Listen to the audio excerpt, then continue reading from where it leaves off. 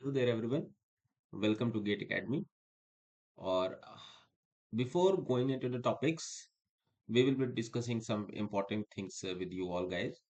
हमारे पास RRB JE का CBT 1 plus CBT 2 आप देख सकते हो स्क्रीन पे 777 का है ना। जो भी अगर आपको टेक्निकल का सारे सब्जेक्ट्स एंड आपके एप्टीट्यूड हो गए, रीजनिंग हो गए, जो भी आपके जनरल अवेयरनेस, जनरल साइंस हो गए, उनका सारा डिटेल लेक्चर इस कोर्स में है और बहुत ही चीप प्राइस में है। जो लोग CBT 1 की तैयारी करना चाहते हैं, केवल जिनका टेक्निकल हो रखा है, ठीक है, जैसे आपका टेक्निकल हो रखा है, आपने पहले से तैयारी कर रखी है, तो उसके लिए आपका ऐसा थोड़ी है ना कि आप फिर से CBT 2 का ही पैसा दो। तो आप CBT 1 में आप जाके इनरोल हो सकते हो। 499 का है, इसमें GST इंक्लूसिव है, ठीक है। 499 और 777 के अलावा आपको कुछ भी पैसे नहीं खर्च करने हैं। और काफी उम्दा कोर्स है, काफी बच्चे लेकर इससे लाभान्वित हैं। और आपको भी ये काम करना चाहिए कि अगर आप आरआरबी जेई के लिए सच में बहुत सीरियस हो, तो देखिए 22 लाख फॉर्म भरे गए हैं, ठीक है, 22 से 23 लाख ऐसा कुछ डेटा है। अगर 23 लाख में क्या सभी सीरियस हैं? नहीं, सभी सीरियस नहीं है। सीरियस वो है जो एक डेडिकेटेड कोर्स के साथ ही पढ़ाई करेगा और अच्छी कोचिंग के साथ नाम जोड़ेगा, और उसके बाद या फिर खुद से ही सेल्फ स्टडी एट सिलेक्टेड और एक जो होता नहीं है स्टैंडर्ड सेट ऑफ लेक्चर्स देखेगा या स्टैंडर्ड सेट ऑफ नोट्स से पढ़ेगा, तो सिलेक्शन वहीं से होता है। ये यूट्यूब में इधर उधर बफर करने से, इधर उधर जंप आउट करने से कभी भी सिलेक्शन नहीं होगा। इस बात को आप लोग जानते होंगे अच्छे से, और नहीं जानते तो समझ लीजिए।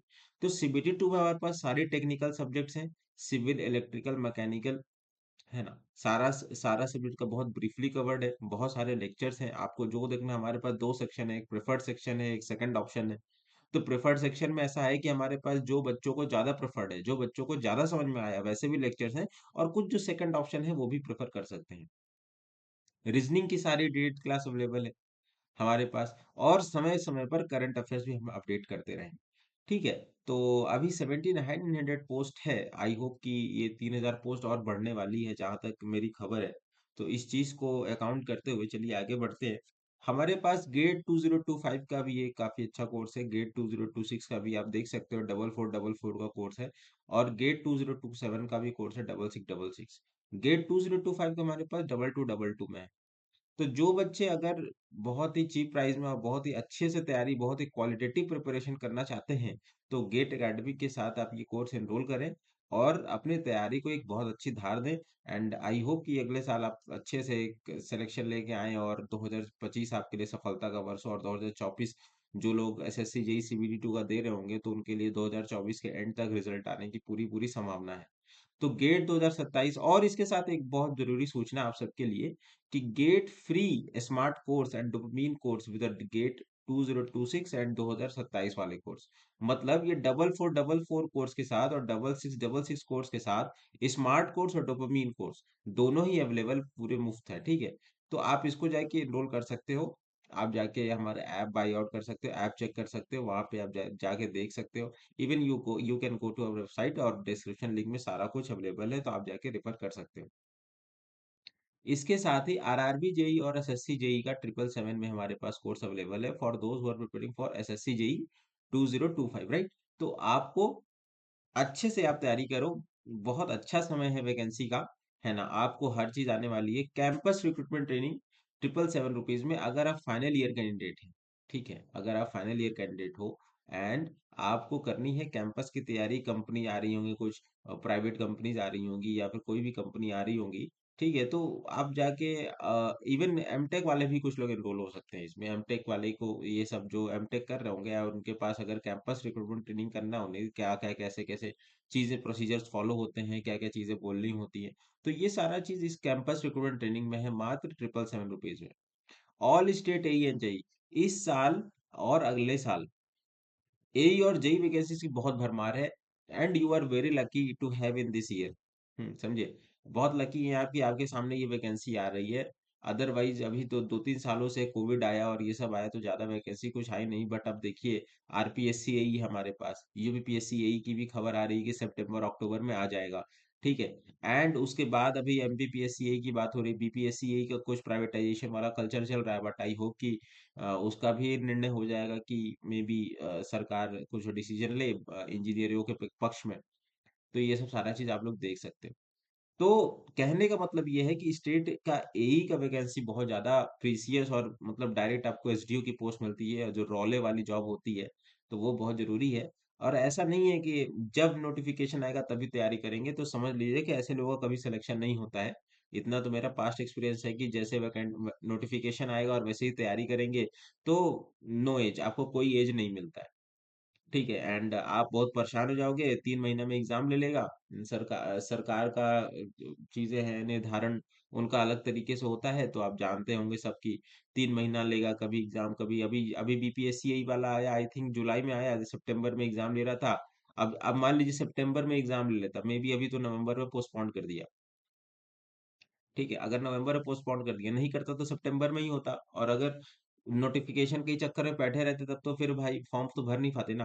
तो this is the issue, these are the things. ठीक है, तो आप इसको अकाउंट करके रखो। एक समझदार आदमी हर चीज पहले से तैयार करके रखता है। ठीक है। Smart course and dopamine 555 combo हमारे पास 999 में अवेलेबल है। ईएससी नॉन टेक का 777 में। ईएससी नॉन टेक में क्या है कि अभी जो लोग तैयारी कर रहे हैं, काफी अच्छे समय नॉन टेक में अब हाथ लगाने का। ठीक है, अभी समय कुछ नहीं गया है। एंड जो भी कर रहे होंगे, एंड कर रहे हैं, मतलब नॉन टेक तो आपको स्टार्ट कर देना चाहिए 2-3 महीने पहले। ठीक है, अगर नॉन टेक को आप उधार देना चाहते हैं, कई चीजें नहीं समझ में आती, इंजीनियरिंग ड्राइंग हो गया, एप्टीट्यूड हो गया, मटेरियल साइंस हो गया, ठीक है, प्रोजेक्ट प्रोजेक्ट मैनेजमेंट हो गया, तो ये सारा चीज अगर आपको रिवाइज करना है, तो इतने सस्ते कॉम्बो में एक तरीके से रिवाइज हो जाएगा। आप वीडियो 1.5x और 2x में देखोगे, तो सारा कुछ रिवाइज हो जाएगा, काफी अच्छे से रिवाइज हो जाएगा। गेट सब्जेक्ट वाइज कॉम्बो हमारे पास अवेलेबल है ना। अगर आपको सब्जेक्ट वाइज कुछ सब्जेक्ट्स आपने कर रखे हैं, जैसे सॉइल कर रखा है, आपने एफएम कर रखा है, then what is the need of buying for purchasing the course for soil and FM, isn't it logical, है ना। तो इसी के लिए सब्जेक्ट वाइज कॉम्बो भी हमारे पास अवेलेबल है। आप जाइए हमारे वहां पे कांटेक्ट नंबर बात करिए, नहीं तो वेबसाइट पे जाओ। ठीक है, वहां पे आपको सारा चीज पता चलेगा। चलिए आइए देखते हैं आगे आपके पास और क्या क्या है। ठीक है, आप देख सकते हो गेट अकेडमी आपके लिए क्या क्या कर रहा है। तो ऑनलाइन टेस्ट सीरीज है, डिटेल्स है ना, फॉर ये फॉर 2025 के लिए। अब तो गेट में टेस्ट सीरीज लगाने का समय है, अभी नहीं लगाओगे तो कब लगाओगे। सब्जेक्ट वाइज टेस्ट है, basic level, subject wise test है, advance level, multiple subject test है, चैप्टर वाइज टेस्ट है, फुल लेंथ मॉक टेस्ट है। हर एक टेस्ट को गेट में, गेट एग्जाम को अगर आपको अच्छे रैंक के साथ निकालना है, अच्छे आईआईटी से एमटेक करना है, अच्छे एनआईटी से एमटेक करना है, तो आपको आपकी प्रिपरेशन को आपको टेस्ट से देना होगा। बिना टेस्ट दिए ये बात आप जान लीजिए कि आपका सिलेक्शन नहीं हो रहा है। इस बात को आप बहुत अच्छे से समझिए कि बिना गेट बिना टेस्ट सीरीज में हाथ लगाए, और 3-4 कोचिंग से, एक कोचिंग का क्या होता है, अगर आप एक ही कोचिंग का लोगे तो उसमें पैटर्न एक ही रहता है उन सबका, कि वो लोग एक बड़े चंक से क्वेश्चन लेते हैं और वहीं से वो लोग करते हैं। ऐसे ही आपको 3-4 कोचिंग का टेस्ट सीरीज लेना चाहिए बच्चों। ठीक है, बिना आपको वेरिड एक्सपीरियंस होने बिना नहीं होगा, तो आप कैसे हैंडल करोगे। तो वो सब सारा चीज आपको ये टेस्ट सीरीज ही एज देगी। तो बिना टेस्ट सीरीज के तो आप बैठ के अगर जाओ, अगर बैठोगे एग्जाम में, तो I don't think that, sorry to say, but I don't think that कि आप रैंक ले आ पाओगे। अच्छी क्वालिफाइंग नंबर आ सकते हैं, बट रैंक अच्छी तभी आएगी जब 3-4 टेस्ट से गो थ्रू हो। राइट, तो ये सब आपको अकाउंट करना है। Subject wise test basic level 10 test है, आप देख सकते हो। Subject wise test advance level 10 test है। मल्टीपल सब्जेक्ट टेस्ट है, 10 टेस्ट है। चैप्टर वाइज टेस्ट है, 100 test. Chapter wise test 100 test, please note it. Full length mock GATE पूरा है 10 टेस्ट, है ना। तो इसको आप अकाउंट करके रखो। इसके साथ गेट सिविल की पीवाईक्यू की ई बुक भी अवेलेबल है हमारे पास, तो प्राइस है 222 में। ठीक है, और प्लस जीएसटी इसमें अलग से, गूगल ई बुक का डिस्क्रिप्शन लिंक में है। तो इसमें आप देख सकते हो कि engineering mathematics, strength of material, RCC and structure and pre stress concrete, structural analysis, general aptitude, design of steel structure, geometrics engineering, construction materials and management and engineering mechanics, ये सारा कुछ यहाँ पे अवेलेबल है इस पीवाईक्यू की volume book में। ठीक है, और आप देख सकते हो कि 38 ईयर्स का, ये बहुत बड़ी बात है, नॉर्मली इसको लोग प्रोवाइड नहीं करते। 38 ईयर्स का जो ये यहाँ पे है ना चंक, ये बहुत जरूरी है कि आपको वेरिड एक्सपीरियंस से गो थ्रू होना पड़ेगा। बिकॉज आप, मैं मानता हूँ कि अगर आप टेस्ट सीरीज लगाओगे और पीआईक्यू लगाओगे, आप, अगर आप उसको मतलब क्या कहूंगा मैं, रटना तो नहीं चाहिए, बट इतना आप गो थ्रू हो जाओगे अगर कि आप टेस्ट सीरीज और पीवाईक्यू अच्छे से कर रहे हो तो आपके 50 नंबर तो कहीं नहीं गए। अगर आप केवल पीवाईक्यू कर रहे हो ढंग से and you are mugging up all the formulas, then 30 number तो आपके कहीं नहीं गए। ठीक है, तो इसको भी एक आप अकाउंट करके रख सकते हो। गेट सिविल पीवाईक्यू वॉल्यूम 2 है ना, तो यहाँ भी 38 ईयर्स का है। इसकी भी प्राइस 222 है। इसमें क्या क्या है वॉल्यूम 2 में? जियो टेक्निकल इंजीनियरिंग है, फ्लूइड मैकेनिक्स है, ट्रांसपोर्टेशन इंजीनियरिंग है, इन्वायरमेंटल इंजीनियरिंग है, इंजीनियरिंग हाइड्रोलॉजी है, इरिगेशन इंजीनियरिंग है। तो ये सारा चीजें आप देख सकते हो कि 800 पेजेस में लगभग अवेलेबल है। तो कहने का मतलब यही है कि काफी अच्छा सब डिजाइन है। 38 ईयर्स में टॉपिक वाइज सब कुछ दिया हुआ है, आप देख सकते हो टॉपिक वाइज प्रीवियस 38 ईयर्स, तो यू कांट इसको टेक आप लाइटली नहीं ले सकते, काफी क्वालिटेटिव कंटेंट है। इसी के साथ जनरल एप्टीट्यूड, एप्टीट्यूड और मैथमेटिक्स से क्या कहा जाए बच्चों? अगर आप numerical ability, logical reasoning, verbal ability, special aptitude ये सारी चीज कर रहे हैं एंड इसके साथ आप मैथमेटिक्स भी कर रहे हो साथ में, तो 30 नंबर तो आपका कहीं नहीं गए। एक तो पीवाईक्यू लगा लोगे, और केवल पीवाईक्यू अगर लगा रहे हो तो 30, अगर mathematics aptitude plus civil engineering का ये जो दो पीवाईक्यू लगा लिए, तो हमको नहीं लगता कि 45 नंबर आपके कहीं गए हैं। मैं एकदम रॉ फैक्ट बता रहा हूँ। ठीक है, काफी तैयारी किया हूँ मैं भी, और तो मैं जानता हूँ कि इसमें क्या क्या चीजें होती है। अगर आप इतना कर रहे हो तो बहुत है। तो ठीक है, फिर चलिए बढ़ते हैं आगे के सेशन की ओर। So hello everyone, welcome to the next video of this series. And हम बात कर रहे हैं नेचुरल हजार्ड की, और इसमें जो है हमने प्रोमिनेंट जो बेसिकली सारे तरीके के जो प्रमुखता जो सारे तरीके के नेचुरल हजार्ड्स रहते हैं उसको हमने कवर किया है। ठीक है, तो आज हम कुछ और, अब हम अपने डिजास्टर मैनेजमेंट के सबसे लास्ट पड़ाव पर हैं। मुश्किल से 2 या 3 लेक्चर्स में डिजास्टर मैनेजमेंट आपका खत्म हो जाएगा। एंड उसके बाद हम दूसरा सब्जेक्ट स्टार्ट करेंगे। डिजास्टर मैनेजमेंट, ये मेरी गारंटी है कि आपको कहीं और सोर्स से रेफर नहीं करना है। नो वरीज, नोट्स आपके कवर हो जाएंगे। ठीक है, नोट्स आप मैं आपको प्रोवाइड कर दूंगा, ठीक है, free of cost. So let's start with the new topic of natural hazard, जो कि हमारे सामने प्रिवेल करता है भारत देश में हमारे। ये काफी जाने जाती हैं इससे। तो मैं बात कर रहा हूँ हीट वेव की। मेरे साथ आप लोग लिखते रहें, मैं डिक्टेट कर रहा हूँ।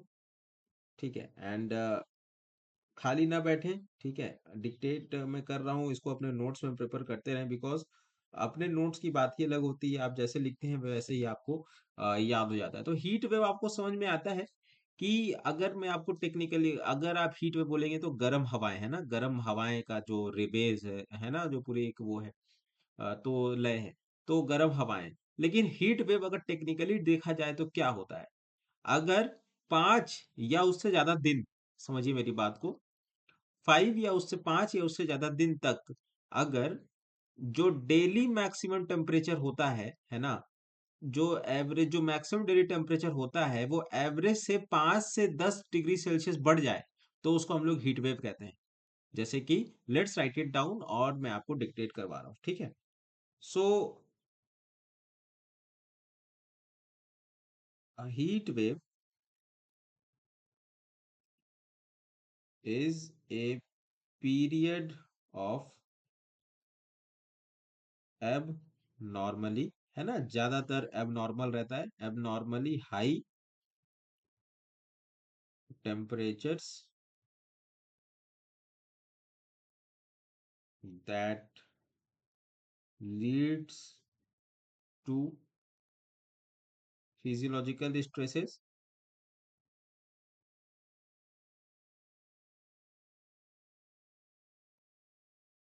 which may sometimes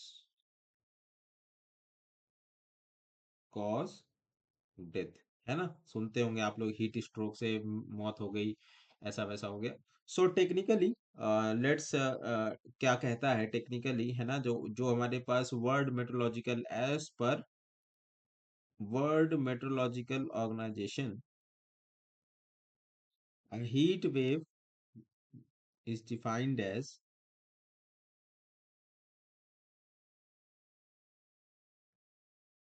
heat waves is defined as, कैसे डिफाइन करता है? 5 और more consecutive days during which the daily maximum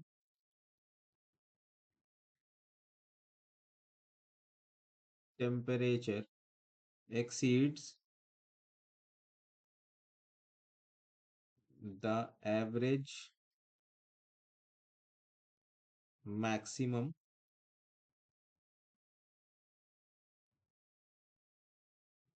temperature by 5 degree Celsius. ठीक है। तो heat wave is defined as 5 और मोर कंसेक्यूटिव डेज, मतलब 5 या उससे ज्यादा दिन तक लगातार, लगातार यहाँ पे जो शब्द वाली है इस पे ध्यान दें कि लगातार, लगातार during which the daily maximum temperature, जो 5 दिनों तक जो डेली मैक्सिमम टेम्परेचर है वो एवरेज मैक्सिमम टेम्परेचर का 5 डिग्री सेल्सियस ज्यादा है ना। और ऐसा कब तक चल रहा है? 5 या उससे ज्यादा दिन तक लगातार चल रहा है। ठीक है। तो भारत के लिए हमारे पास क्या सिनेरियो है? In India,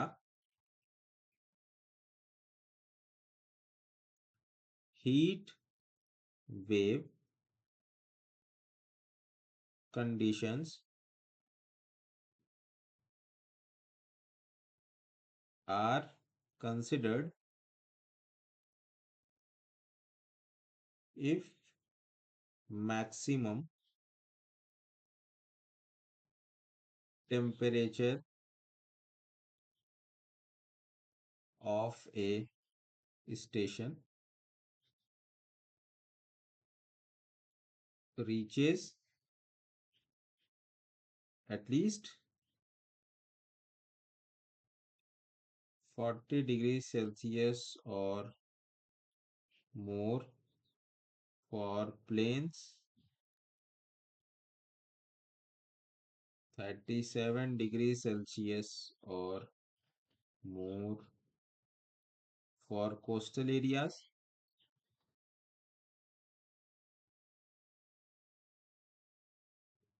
and at least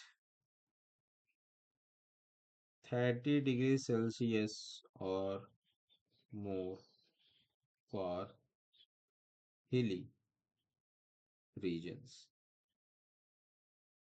Okay. So in India, heat wave conditions are considered if maximum temperature of a station reaches at least 40 degree Celsius.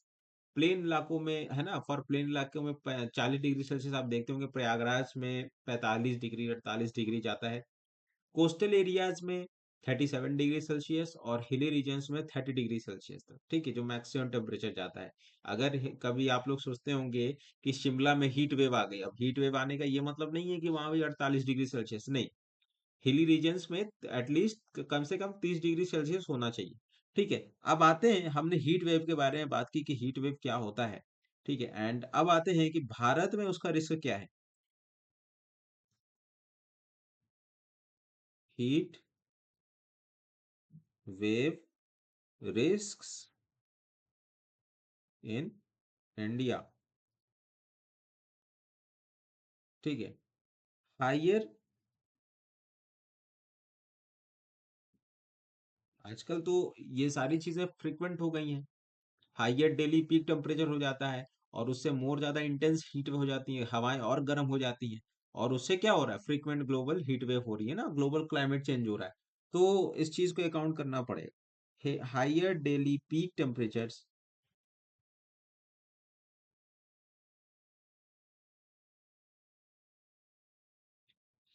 And longer more intense heat waves are becomingly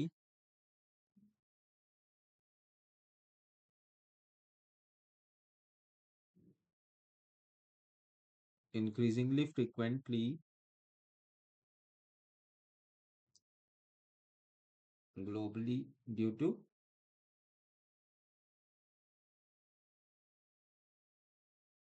climate change, तो climate change का प्रभाव है ना, climate change हम आगे ही पढ़ेंगे, जो हमारा एक यूपीपीएससी का जो प्री में सिलेबस है, तो क्लाइमेट चेंज की वजह से आप देखिए यही सारी चीजें तो होती हैं। ठीक है, तो अगर हम कुछ डेटा फैक्ट्स की बात करें कि according to NDMA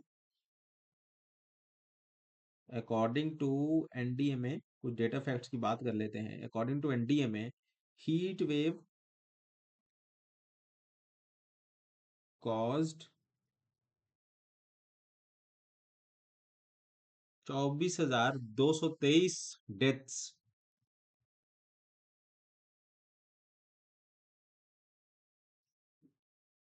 scenes 1992 to 2015, मतलब इतने सारे लोग इन वेरियस स्टेट्स। ज्यादा लोग कहाँ से होंगे? प्लेन इलाके से होंगे, क्योंकि वहां पे जो टेम्परेचर है वो ज्यादा है। राजस्थान वगैरह में हीट वेव से लोग मर जाते हैं, जो बूढ़े लोग होते हैं ना, लू लग जाती है बच्चों को, तो वो सारी चीजें। ठीक है, तो ये ज्यादा इंक्रीजिंगली और ये सारा चीज हो रही है। तो सिटीज और हॉटर ड्यू टू, है ना, तो इसको भी अकाउंट करना पड़ेगा कि ज्यादातर क्यों हो रहा है ऐसा। और सिटीज में ज्यादा हो रहा है, सिटीज आर हॉटर बिकॉज जो कंक्रीट है वो बहुत जल्दी गर्म हो जाता है ना, हीट एब्जॉर्ब करके रखता है, तो वहां पे जो गर्म हवाएं होती हैं तो वो ज्यादा मतलब जो हवा वहां से गुजरती है तो वो ज्यादा और गर्म हो जाती है। तो cities are hotter than rural areas. I hope कि आप लोग इस बात से एग्री कर रहे होंगे। Cities are hotter than rural areas due to population density, है ना, घनत्व के वजह से। और उसके बाद कंक्रीट जंगल्स की वजह से, कंक्रीट का जो जंगल है, बिल्डिंग्स हैं, ये सारी चीजें हैं, कंक्रीट जंगल्स हैं। And pollution from industrial activities, right? सहमत हो रहे होंगे, pollution of from industrial activities, pollution from industrial activities and, ठीक है, तो ये सारी चीजें बहुत ज्यादा अफेक्ट करती हैं हीट वेव जैसे क्लाइमेटिक कंडीशंस को। तो अब इंडिया में हम लोग कैसे क्लासिफाई करते हैं? What are the various criteria for heat wave in India? ठीक है, तो लेट्स राइट इट डाउन कि बहुत इंपॉर्टेंट पॉइंट है कि criteria for heat wave in India, criteria for heat wave in India. तो हमने बात किया था कि अगर प्लेन एरिया रहा तो कम से कम 40 डिग्री सेल्सियस होना चाहिए। ठीक है, 40 डिग्री सेल्सियस और plain, 37 for coastal and 30 degree. ये याद रखिएगा आप लोग, ये मैं ऐसे रफली नहीं बता रहा हूँ, ये एकदम याद करने वाली चीजें हैं कि 40 degree Celsius for plains, 37 degree Celsius for coastal and 30 degree Celsius for hilly areas. ठीक है, तो अगेन ये सारी चीजें, तो criteria for heat wave in India, what it says that when normal maximum temperature of a station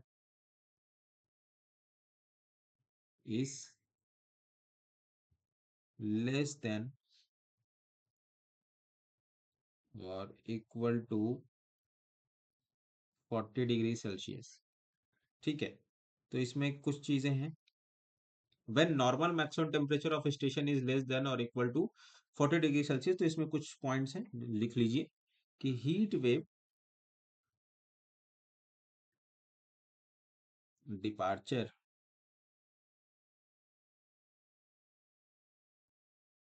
from normal is 5 degree Celsius to 6 degree Celsius. दूसरा point इसमें ये लिखिए कि सीवियर हीट वेव डिपार्चर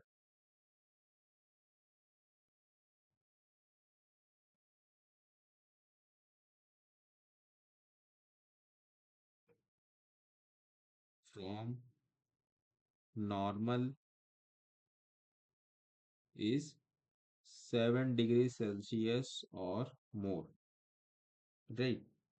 अब हम लोग बात करते हैं when normal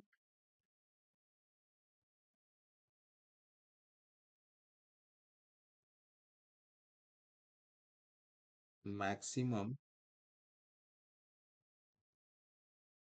temperature of a station is more than 40 degree Celsius when normal maximum temperature of a station is more than 40 degree Celsius. यहाँ हम बात कर रहे थे कि लेस देन, ठीक है, यहाँ हम बात कर रहे थे लेस देन और इक्वल टू 40 डिग्री सेल्सियस, और यहाँ पर क्या है, मोर देन 40 डिग्री सेल्सियस। तो what it says, that heat wave departure,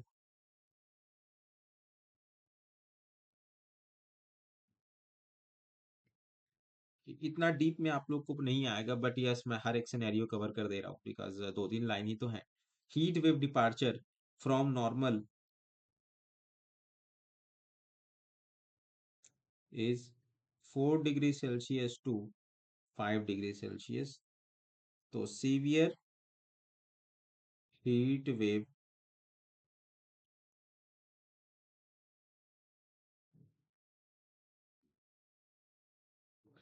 departure from normal is 6 degree Celsius और मोर। और क्या है एक जरूरी पॉइंट इसमें, when actual maximum temperature remains 45 degree Celsius और मोर irrespective of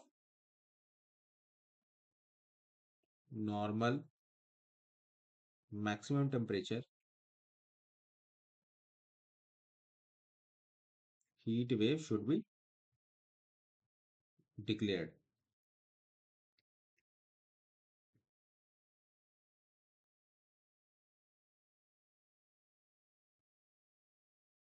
राइट, ये कुछ क्राइटेरियाज होते हैं कि हीट वेव क्या होता है। नॉर्मली आपको क्या करना है कि क्राइटेरिया क्या है हीट वेव के, अगर लेस देन और इक्वल टू 40 डिग्री सेल्सियस, तो हीट वेव डिपार्चर कब कहेंगे, जब फ्रॉम नॉर्मल से 5 से 6 डिग्री सेल्सियस ज्यादा है। और सीवियर हीट वेव कब कहेंगे, अगर 40 डिग्री से कम है तो 7 डिग्री सेल्सियस और मोर है।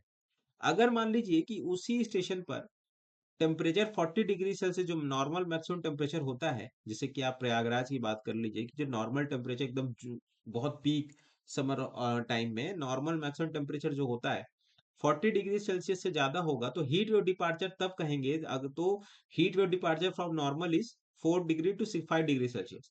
और वहीं पे सीवियर हीट वेव कहेंगे तो कब होगा, 6 डिग्री सेल्सियस और मोर। तो अमूमतः ये जनरल स्टेटमेंट है कि when actual maximum temperature remains 45 degrees Celsius or more, irrespective of normal temperature, heat wave heat wave should be declared. तो ये हीट वेव के क्राइटेरिया होते हैं कि हीट वेव क्या होती है। ठीक है, तो अब आते हैं कि एनडीएमए की गाइडलाइंस क्या कहती हैं इस पर।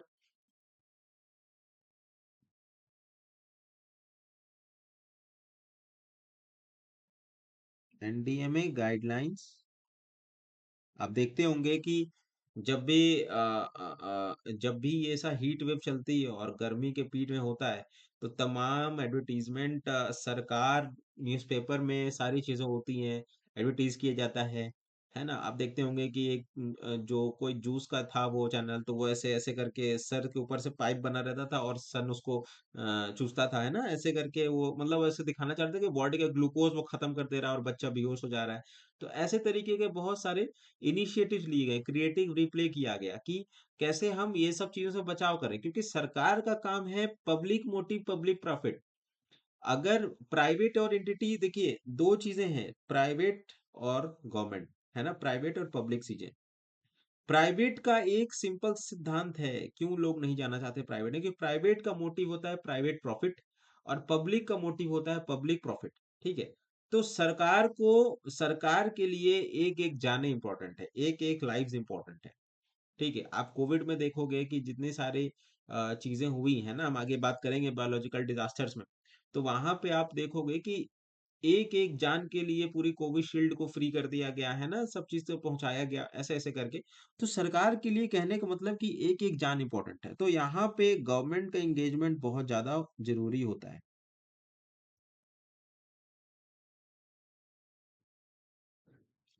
गवर्नमेंट इंगेजमेंट है ना, कि डिजास्टर मैनेजमेंट अथॉरिटी और लोकल पार्टनर्स के साथ मिलकर, है ना, तो इसको मिटिगेट किया जाए। ठीक है, एंड उसके बाद जो है अपॉइंटिंग, है ना, देखिए जो बेसिक बेसिक ब्रॉड चीजें हैं, appointing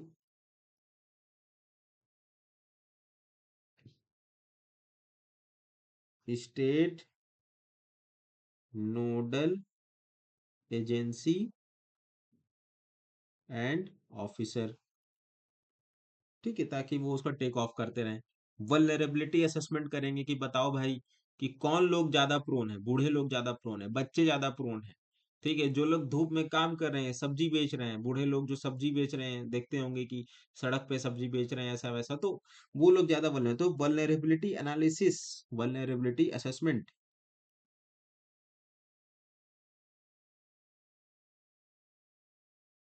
vulnerability assessment and establishing heat health threshold temperature, right, कि एक पैमाना होना चाहिए, हीट हेल्थ थ्रेशोल्ड टेम्परेचर, एक पैमाना होना चाहिए कि हाँ अब आपको सतर्क रहना है, तो आपको ऐसे कपड़े पहनने हैं, ऐसी सारी चीजें आपको बताती जाती हैं time to time. Drafting and developing heat action plan. ठीक है, पांचवा, टीम प्रिपरेशन एंड कोऑर्डिनेशन।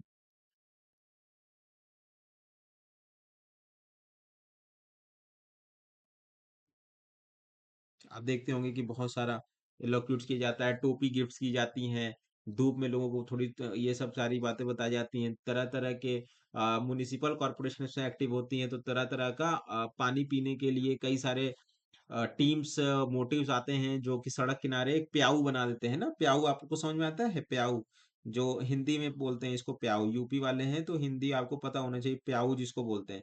जो नदी किनारे सड़क किनारे टंकी रहती है पानी पीने के लिए, है ना, बहुत सारी चीज, तो ये सब क्या है, सब किसके लिए है, हम ही लोग के लिए तो है, आम जनता के लिए है। ठीक है, team preparation and implementation and monitoring. ठीक है, ये सब सारी चीजें तो हर चीज में कॉमन है, इम्प्लीमेंटेशन एंड मॉनिटरिंग। ठीक है, सातवां, और ठीक है, strategies for reducing extreme heat exposure and adapting climate change. है ना, तो ये लॉन्ग टर्म बेसिस पे होता है। सो कहने का मतलब है कि जो भी आप लोग देख पा रहे होंगे, जब आप अप्रैल में होंगे तब इस सब्जेक्ट को आप लोग ज्यादा अच्छे से रिलेट कर पाएंगे, जब आपका एग्जाम होगा प्री का, मे बी हो सकता है कि अप्रैल में ही डेट आए आप लोग की। तो ये सारी चीजें आप लोग को ध्यान में रखना होगा, फॉर व्हाट, फॉर दिस, है ना, हीट वेव के लिए। तो हीट वेव हो गया, हमने हीट वेव के बारे में बात कर ली, हीट वेव क्या होता है। एंड अब हम बात करेंगे कोल्ड वेव के बारे में। ठीक है, ठंड की लहर।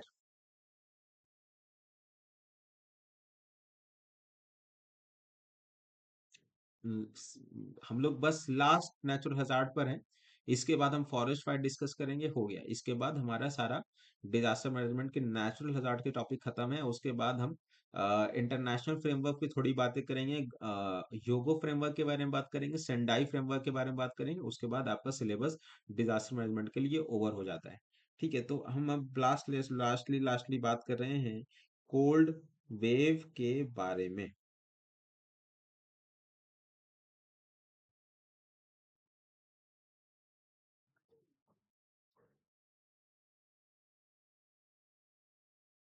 क्या होता है कोल्ड वेव, पता होगा आपको कि cold wave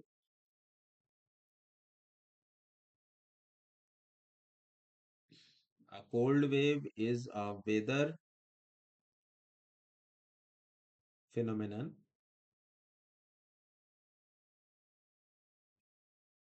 that is distinguished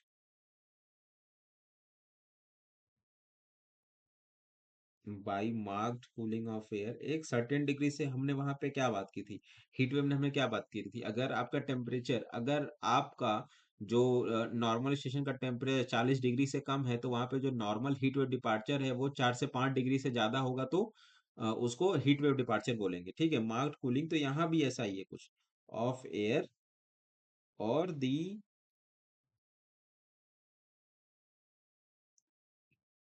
invasion of very cold air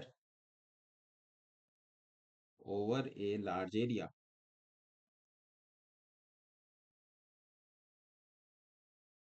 ठीक है, सो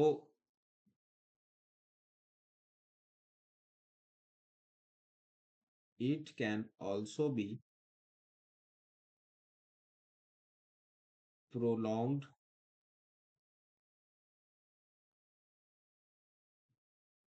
period of the excessively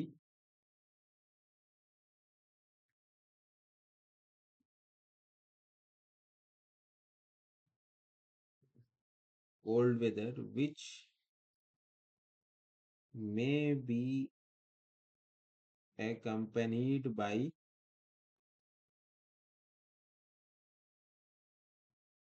high winds that cause excessive wind chills। ठीक, कहने का मतलब इतना तेज हवा चल रही है, इतना तेज ठंडी हवा चल रही है, इतना तेज हवा बह रही है कि उसमें विंड चिल्स हो जा रहे हैं। ठीक है, तो है ना, तो ये सारी चीजें तो क्या होती है, कुछ कुछ कॉजेज के बारे में हम लोग जानते हैं कि कॉजेज क्या है इसके।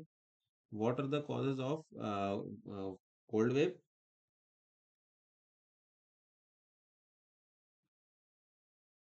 Cold wave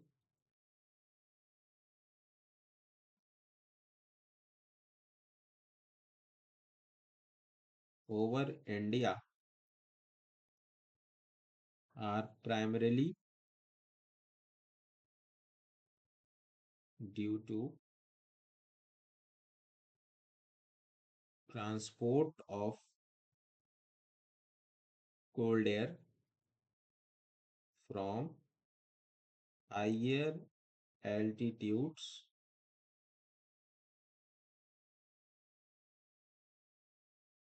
higher latitudes। It is usually associated with El Nino cyclonic activities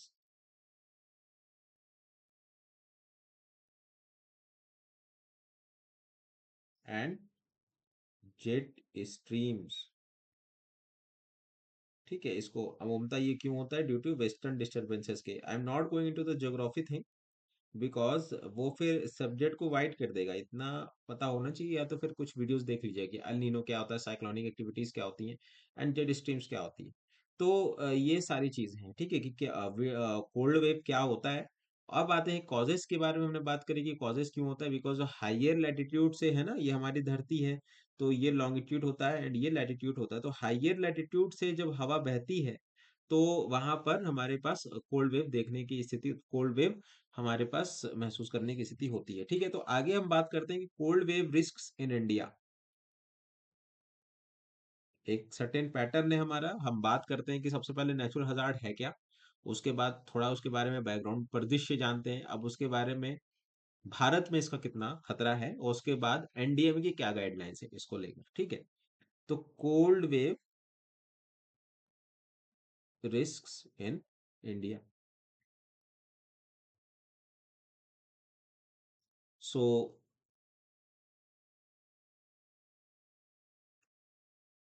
cold waves that occur during winter months from November to Feb exert considerable stress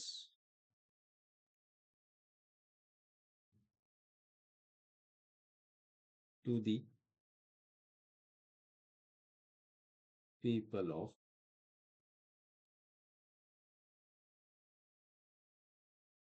northern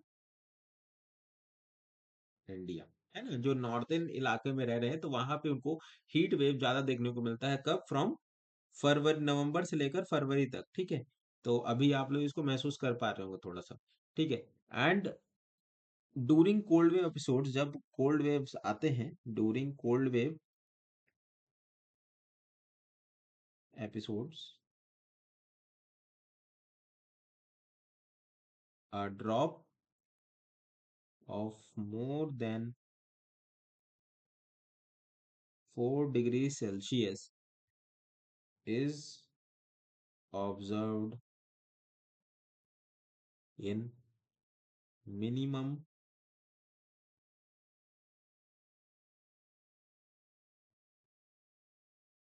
temperatures, and these episodes generally persist for 3 to 5 days, and their occurrence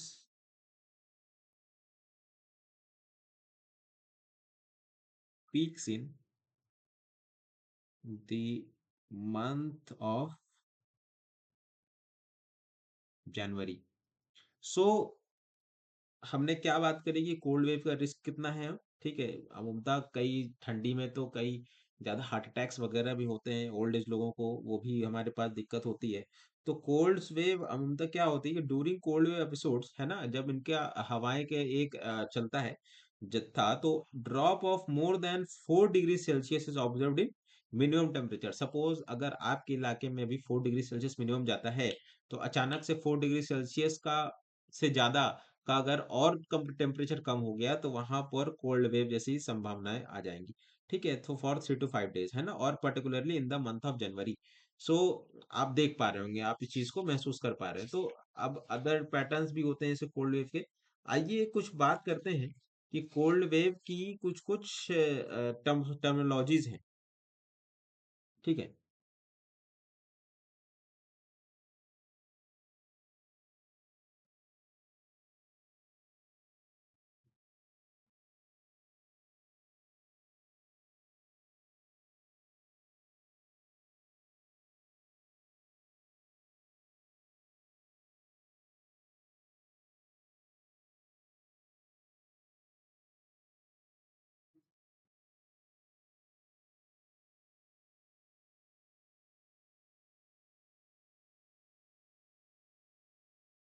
wind chill क्या होता है? Wind chill, तो wind chill, let's write it down. बिना इसको समझ, मतलब इतना कुछ इसमें है नहीं, बट आपको बेसिक बेसिक सारी चीजें पता होना चाहिए कि विंड चिल क्या होती है। It is not actual temperature, but rather how wind and cold feel on exposed skin। समझ में आ गया आपको विंड चिल क्या है? अगर मान लीजिए कि शोल्डर, आप बाइक चला रहे हो, ठीक है, तो वहां पर आप बाइक चला रहे हो और आप हाफ टी शर्ट पहने हैं यहाँ तक, तो आपके ठंडो आपके स्किन पर जो ठंडापन लग रहा होगा, that is called wind chill only. ठीक है, तो उसमें क्या होता है? अच्छा, ये सब जानलेवा मुद्दे हैं, ठीक है। तो as the wind increases,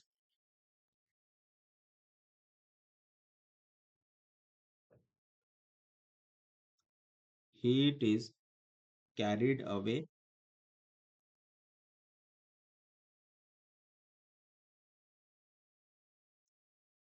from the body at an accelerated rate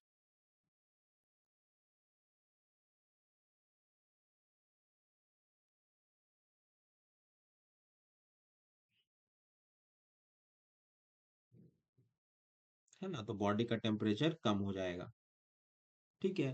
तो animals are also affected by wind chill, है ना, जानवर भी, आदमी है ना, वो होते हैं। ठीक है। और तो ये सारी चीजें इसमें जो है लिविंग बींग्स ही एसोसिएटेड होते हैं, नॉन लिविंग बींग्स है ना इसमें एसोसिएटेड नहीं होते हैं। अगर आप प्लांट्स इसमें प्लांट्स नहीं शामिल होंगे, प्लांट्स लिख देता हूं मैं, plants are not included, plants are not included wind chills. Okay, now coming to the number second topic, frost bite। एक बार पढ़ लेने से, एक बार समझ लेने से ना, ये सब्जेक्ट बहुत आसान है। इट्स काइंड ऑफ लगे कि ऐसा लगे कि क्या हो गया, क्या पढ़ दिया, but it's very easy. Frostbite is damage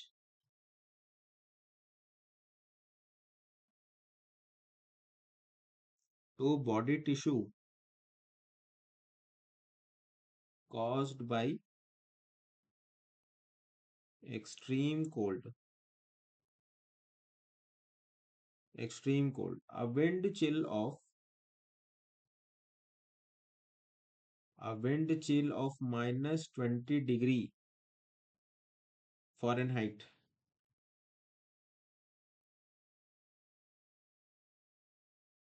will cause frost bite in just 30 minutes। सोच रहे हैं कितना क्या, कितना भयानक है ये फ्रॉस्ट बाइट।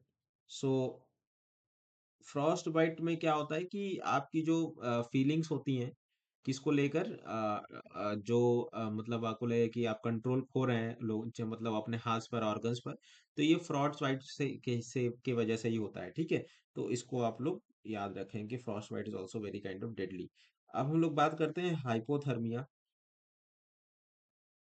कुछ इससे ये लास्ट इशू है जो कि कोल्ड वेव से एसोसिएटेड है। It is a condition, it is a condition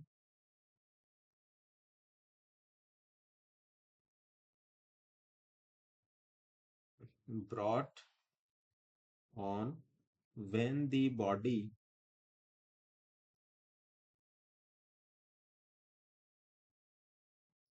temperature drops to less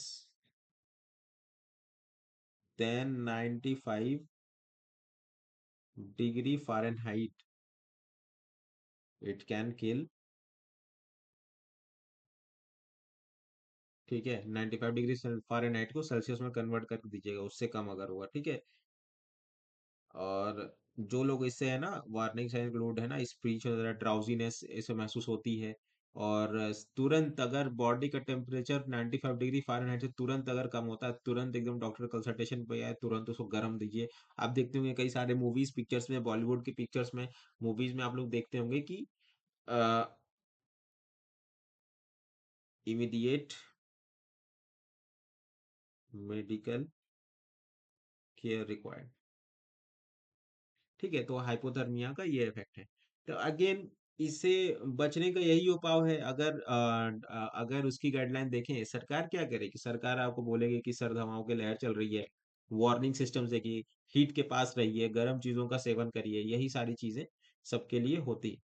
तो कुल मिला के हमने अभी तक heat wave, cold wave discuss कर लिया है। अब मिलते हैं सबसे last topic of this series. ठीक है। कौन सा? नेचुरल हजार्ड में ही wild fire.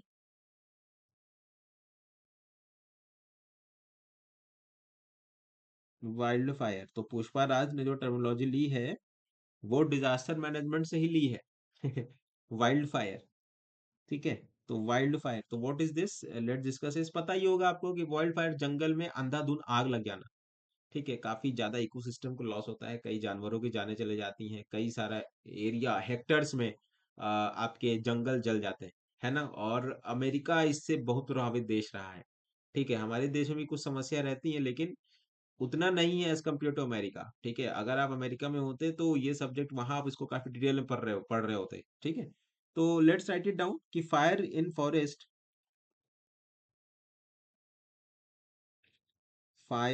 Forest are not unnatural. ठीक है, एक बार क्या हुआ कि कैलिफोर्निया के एक जंगल में कुछ लोग, कुछ यूथ्स थे, है ना, कुछ कॉलेज गोइंग स्टूडेंट थे, सब वहाँ पे टेंट लगा के ये सारी चीजें कर रहा था। और सरकार का स्ट्रिक्ट गाइडलाइंस रहता है कि देखिए आप कुछ भी वहाँ पे ज्वलनशील पदार्थ या कुछ भी ज्वलनशील एक्टिविटीज नहीं करेंगे, या फिर कुछ भी, इवन आपको सिगरेट भी वहाँ नहीं पीना है। अब हुआ क्या कि उसने सिगरेट कुछ जलाया, सिगरेट जलाने के लिए सिगरेट जो सिगरेट को पी लिया, उसके बाद जो है, जो उसका बचता है ऐश लास्ट में, तो उसकी वजह से कैलिफोर्निया में एक बार भारी आग लग गई थी जंगलों में उसके। तो सोचिए इतना ज्यादा वहां पे इस चीज का इफेक्ट है। तो forest fire in are in unnatural. ठीक है, तो कहने का मतलब मैनमेड भी चीजें हैं एंड अननेचुरल भी है, एंड, है ना, and are usually considered good for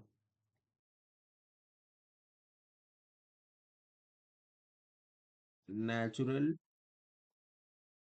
development and regeneration. कई बार कहीं कहीं कुछ ऐसे जंगल्स होते हैं जो बहुत तरीके से सूख गए। अब सूख गए हैं, अब हर समय उसको फर्टाइल नहीं बना सकते ना। और लकड़ियां पूरी तरह के सूख गई हैं, अब वहां पे कुछ भी पत्ते नहीं हो रहे, कोई भी इकोसिस्टम नहीं है भाई, तो नुकसान, उससे नुकसान। और कई बार ऐसा होता है कि कभी कभी अच्छा हो जाता है कि उसकी राख से जो फिर वो एक तरीके खाद बन गया उसका, राख, है ना, जंगलों की राख। तो उससे क्या होगा, फिर से एक बारिश हुई, फिर से वो उग जाएंगे पेड़ नए नए अच्छे अच्छे, है ना। तो अब wildfire is simply an uncontrolled, मैंने कहा ना अनकंट्रोल्ड। जैसे पुष्पराज कैसा है, कुछ भी काम बिना अनकंट्रोल्ड वे में करता है। ठीक है, combustion that consumes large fields and areas of land. Okay, now हम कुछ पढ़ेंगे इसके बारे में, causes causes of wild fire.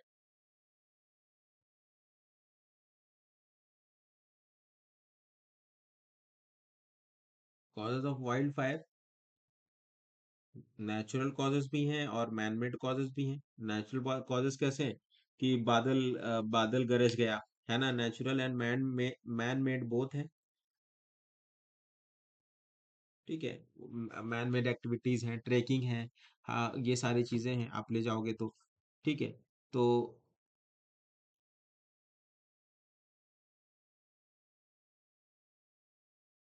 एक फायर ट्रायंगल होता है। क्या होता है, फायर ट्रायंगल। तो इसमें क्या होगा कि एक हो गया फ्यूल, एक होता है ऑक्सीजन। ठीक है, और एक क्या होगा, चिंगारी कह लो या फिर लाइटिंग लाइटर कह दो। ठीक है, और थर्ड कंपोनेंट कह लो हीट। तो ये दो कंपोनेंट है ना, ये दो कंपोनेंट जंगल के पास बाय डिफॉल्ट होता है। ठीक है, fuel in the case of लकड़ी, और ऑक्सीजन तो एटमॉस्फेयर में प्रेजेंट है ही।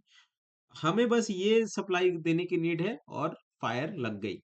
ठीक है, तो इसी कारण की वजह से, है ना, चीजें होती हैं। तो नेचुरल में हमारे पास क्या क्या चीजें हैं, नेचुरल में पास लाइटनिंग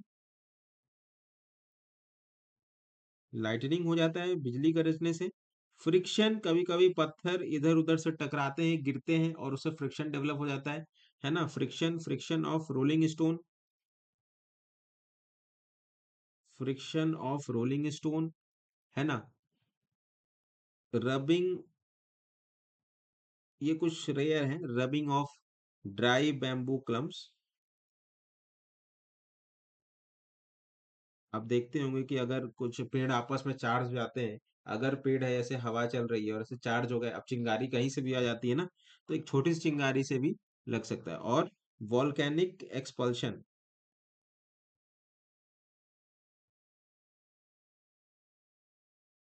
एटसेट्रा।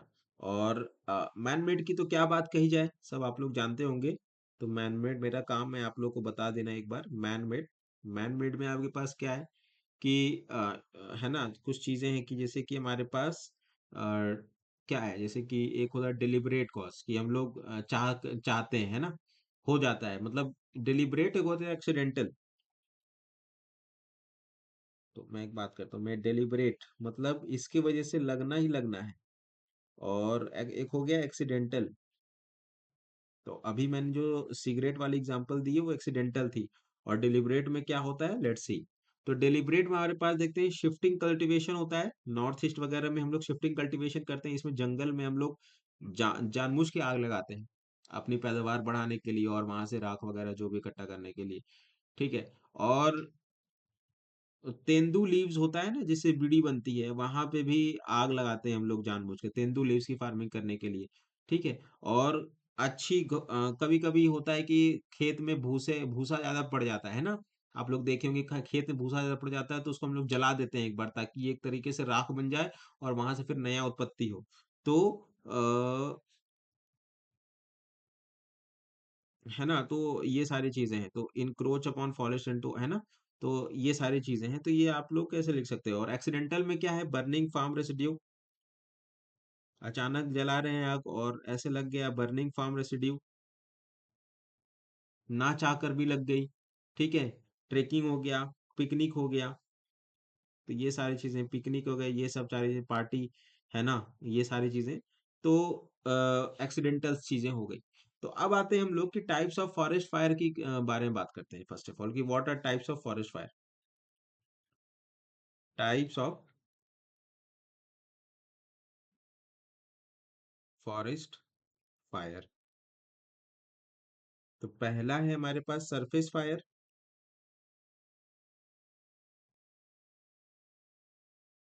तो क्या है,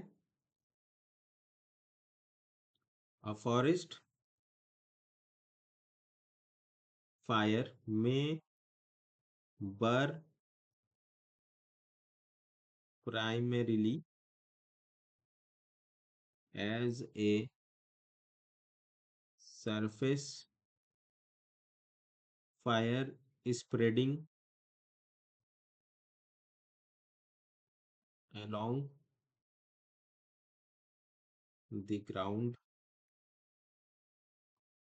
as the surface litter।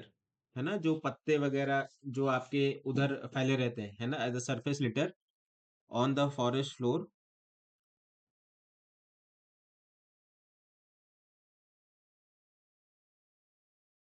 And is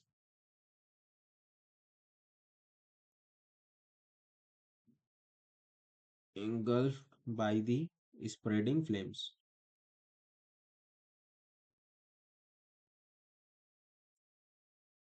दूसरा अभी मैं बताता हूँ आपको। फर्स्ट राइट इट डाउन कि क्राउन फायर क्या होता है। एक सरफेस फायर होता है, एक क्राउन फायर होता है। तो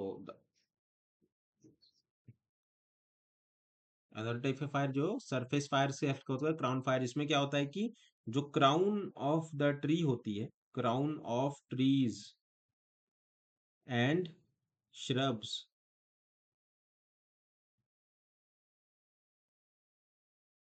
burn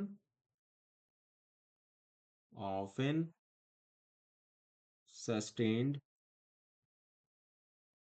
by a surface fire। A crown fire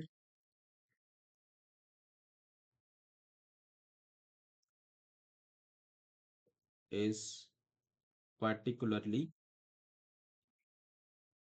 very dangerous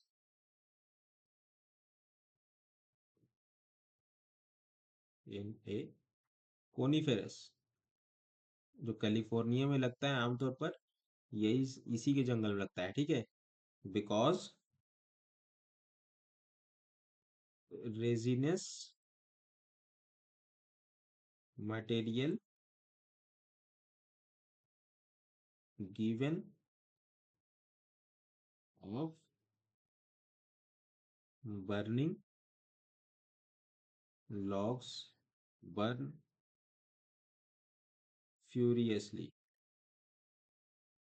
right. So let's discuss surface fire का मतलब समझे आप लोग। में burn primary surface fire spreading along the ground, मतलब सपोज मानिए कि ये एक जंगल हो गया, ठीक है, ये एक जंगल की सरफेस हो गया और ये आपका पेड़ हो गया, ठीक, ये आपका पेड़ हो गया।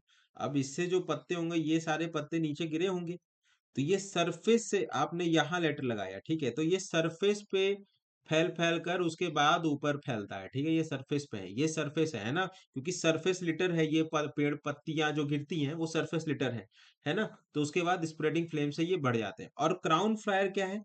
क्राउन फायर मतलब क्योंकि मान लीजिए कि क्राउन फायर यहाँ पे आग लग रही है, कहीं यहाँ पे आग लग रही है, कहाँ पे आग लग रही है, यहाँ पे आग लग रही है, ऊपर ही ऊपर आग लग रही है, और ये जो सरफेस फायर की मदद से ही जलती रहती है ना। अगर सरफेस फायर नहीं होगा तो ये नीचे नहीं बढ़ पाएगा, लेकिन ये हो जाता है। तो क्राउन फायर और सरफेस फायर ये दो तरीके के फायर होते हैं। अब हम लोग बात करते हैं कि वाइल्ड फायर रिस्क भारत में कितने हैं, क्या रिस्क है।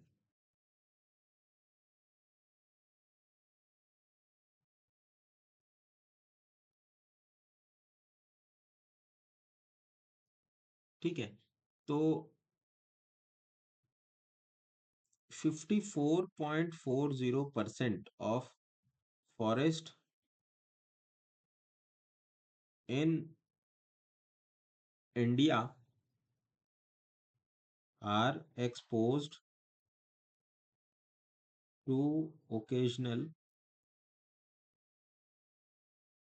फायर्स, है ना, बेमौसम कभी भी लग सकते हैं। 7.49% टू मॉडरेटली फ्रीक्वेंट फायर्स,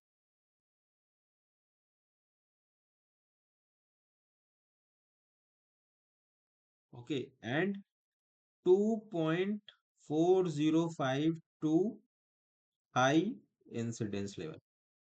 तो अमूमन खतरा कम है लेकिन है, ठीक है। तो इसमें जो है तमाम मिनिस्ट्री जो है इसमें एसोसिएटेड है, एंड ये सारी चीजें हैं, तो हम लोग उस पे काउंट कर सकते हैं कि ये सारी चीजें आती हैं।